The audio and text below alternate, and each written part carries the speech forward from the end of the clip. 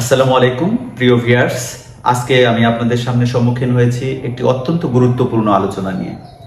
আজকের আলোচনা শুধুমাত্র ক্যাডেট অ্যাডমিশন টেস্টের জন্য যারা নিজেদেরকে প্রস্তুত করছো তাদের জন্য। তো আমি প্রথমেই আজকে আলোচনা করব যে সারপ্রাইজিং কোশ্চেন, যেটাকে আমরা অনেক সময় আনইউজুয়াল কোশ্চেন অথবা আনকনভেনশনাল কোশ্চেনও বলে থাকি। এই বিষয়টি নিয়ে আজকে আলোচনা করব। তো why is unusual, uncommon or surprising question important for the student of cadet admission test? সেই বিষয়টা নিয়ে আজকে আমরা আলোচনা করব। তো আলোচনার প্রথমে আমি বলে নিতে চাই, আমরা কিন্তু স্কুলগুলোতে সারপ্রাইজিং কোশ্চেন নিয়ে খুব কম আমরা গুরুত্ব দেই, কিংবা একটা আনইউজুয়াল বা আনকনভেনশনাল কোশ্চেন সম্পর্কে আমাদের ধারণাই নেই। আসলে এটা কি আনকনভেনশনাল বা আনইউজুয়াল কোশ্চেনটা কি? এমন একটা কোশ্চেন যা তোমার সিলেবাসের সাথে মিল রয়েছে, মার্ক ডিস্ট্রিবিউশনের সাথে মিল রয়েছে, সব কিছু ঠিক আছে, কিন্তু তুমি হুবহু যা পড়ছো তা থেকে একটু মডিফাই করা, একটু ভিন্ন ধরনের, একটু আলাদা ধাঁচের। অর্থাৎ তুমি যদি লাল পড়ে থাকো সেটাকে নীল দিয়েছে, অথবা তুমি পড়েছো পাথর সেটাকে ইট লিখেছে। এখন আমরা এই ধরনের একটু মডিফাইং কোশ্চেনে অভ্যস্ত না থাকার কারণে, সব সময় মুখস্থ বিদ্যাটাকে বেশি গুরুত্ব দেওয়ার কারণে, আমরা সব সময় একটা প্রশ্ন, যে প্রশ্নটা হুবহু কমন, এটার উপরে গুরুত্ব দেওয়ার কারণে আমরা কিন্তু দিন দিন ক্যাডেট থেকে পিছিয়ে পড়ছি। ক্যাডেট অ্যাডমিশন টেস্ট মানেই কি? একটু আলাদা, একটু লাল জিনিসকে কালো করে দেওয়া, কালো জিনিসকে নীল করে দেওয়া, ঠিক আছে, যেটা সাদা ছিল সেটাকে ধূসর রঙের করে দেওয়া।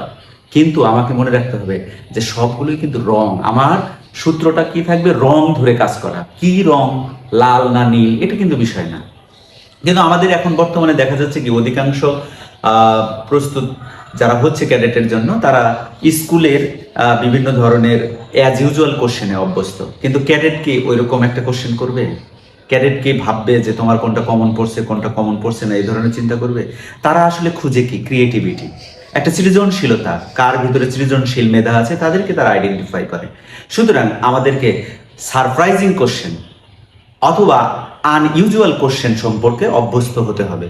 আমাদেরকে প্র্যাকটিস করতে হবে এই কোশ্চেনগুলো, এবং সেটা স্কুলেই সবচেয়ে উত্তম জায়গা। সেখানে যদি তারা আস্তে আস্তে আমাদেরকে এরকম কোশ্চেনে অভ্যস্ত করে, যেটা হুবহু কমন পড়ে নাই কিন্তু আমার মার্ক ডিস্ট্রিবিউশন বা সিলেবাসের মধ্যেই রয়েছে, তবেই আমরা কিন্তু ভালো করতে পারবো।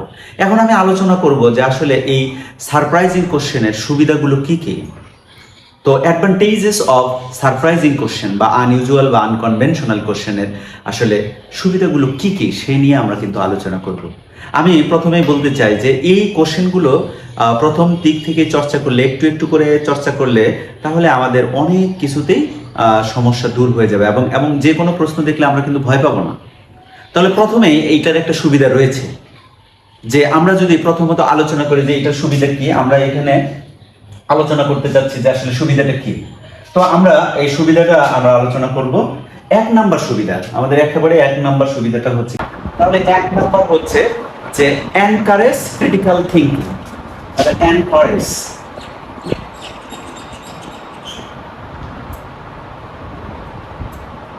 Encourage critical thinking.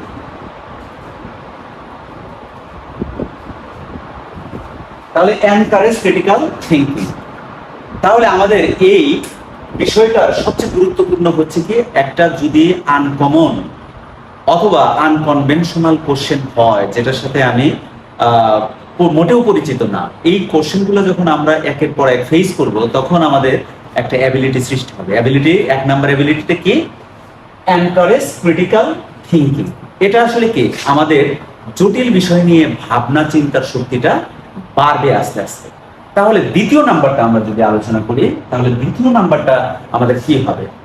এটা কি করবে? Increase the ability, increase the ability to solve, increase the ability to solve any kind of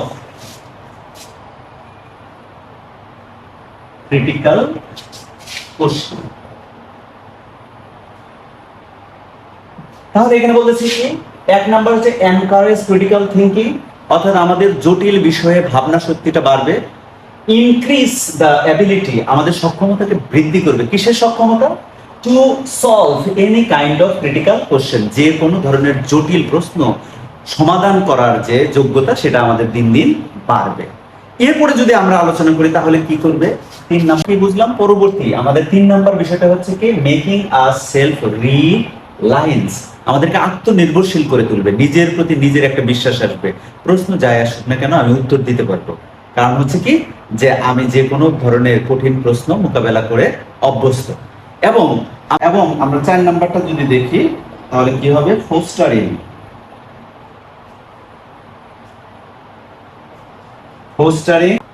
তাহলে ফোস্টারিং বেটার লার্নিং, এবং আমাদেরকে অনুপ্রাণিত করবে, উৎসাহিত করবে আরো বুঝে শুনে ভালো করে পড়ার ক্ষেত্রে। তাহলে এটাই হচ্ছে আমাদের অবশ্যই, তাহলে ক্যাডেটের যতই আমরা স্কুলের মুখস্থ সিলেবাস, মুখস্থ মার্ক ডিস্ট্রিবিউশনের মুখস্থ একটা ধারাবাহিক একটা সিলেবাসে পরীক্ষা দিয়ে অভ্যস্ত হয়ে বেশি নাম্বার পেলেও কিন্তু আমরা ক্যাডেটের জন্য তাহলে পূর্ণাঙ্গ প্রস্তুত না। ক্যাডেটের জন্য প্রস্তুত হতে হলে অবশ্যই আমাদেরকে একটা সারপ্রাইজিং কোশ্চেনের মধ্য দিয়ে যেতে হবে, যেটা প্রতিনিহিত তোমাকে অবাক করে তুলবে, যে এই ধরনের প্রশ্ন হতে পারে, ওই ধরনের প্রশ্ন হতে পারে, যে কোনো রাইটিং আসতে পারে, যে কোনো ধরনের গ্রামার একটু চেঞ্জ হয়ে আসতে পারে। ঠিক আছে, সেইগুলো মোকাবেলা করতে শেখাটাই হচ্ছে ক্যাডেটের জন্য প্রস্তুতি, not only for English but also for every subject. So সবাইকে ধন্যবাদ বলে এখানে শেষ করছি।